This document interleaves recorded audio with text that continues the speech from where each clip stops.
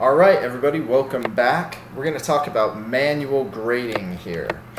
So, we've talked about how to make manual edits. We've done some original grading and some resubmission grading. If we go into the dynamic CSV here, we can alter things, and we know that they will show up in the score. They'll come across here. It'll alter the lab score. It'll alter each lab subassignment score. So we know we can do that, and that's really important. That's really useful.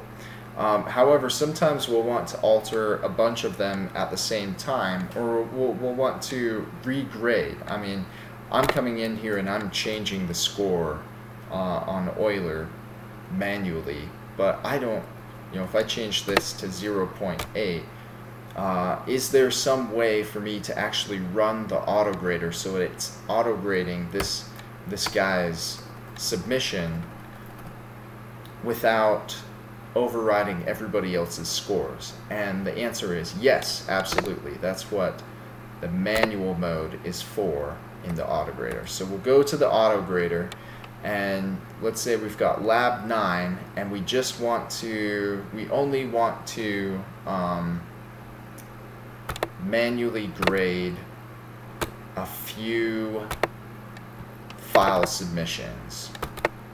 So let's grab a few files here. I'm gonna create a new folder called manual. Say that these 6 students, they've sent in their submissions, and they've said, hey, we're all on the track team, we've been out of town, we're not able to make the deadline, the bus broke down and there's like aliens and everything, we can't make it, can you please help us out? And I say yes, obviously, I've talked to the instructor and that's okay.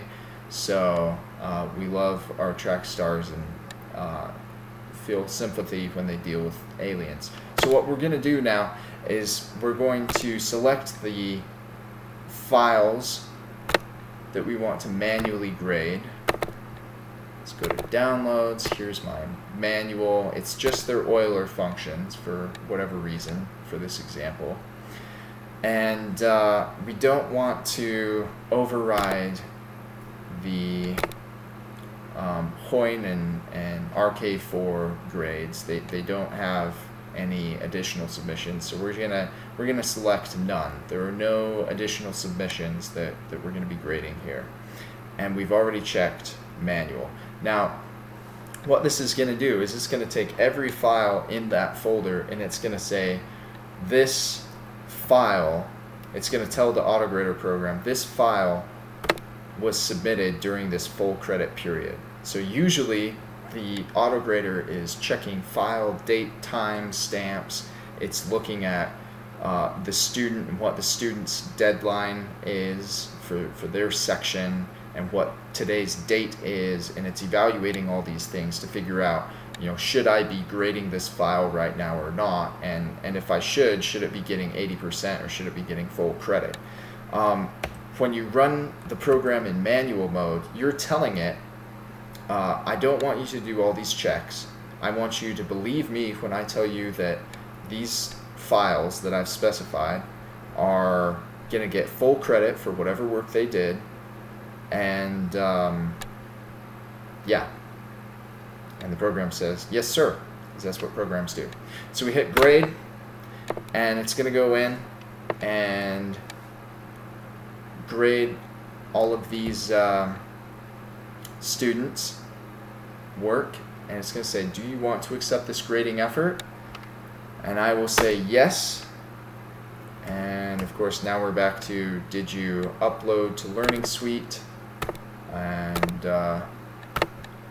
you should upload this file to Learning Suite to update those grades, and you should also upload that file to Google Drive and send out the feedback. It will flip the feedback flag so that these students that you manually graded will now get feedback through Google. And Lab 9 grading is complete.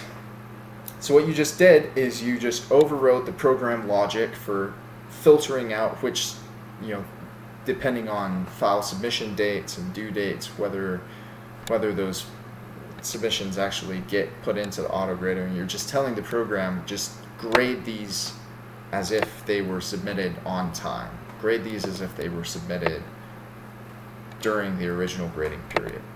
And it will do that, and it will update the dynamic CSV, and it will write out another static CSV. And so now we have records of it. Everything is great. Yeah, that's manual grading for you.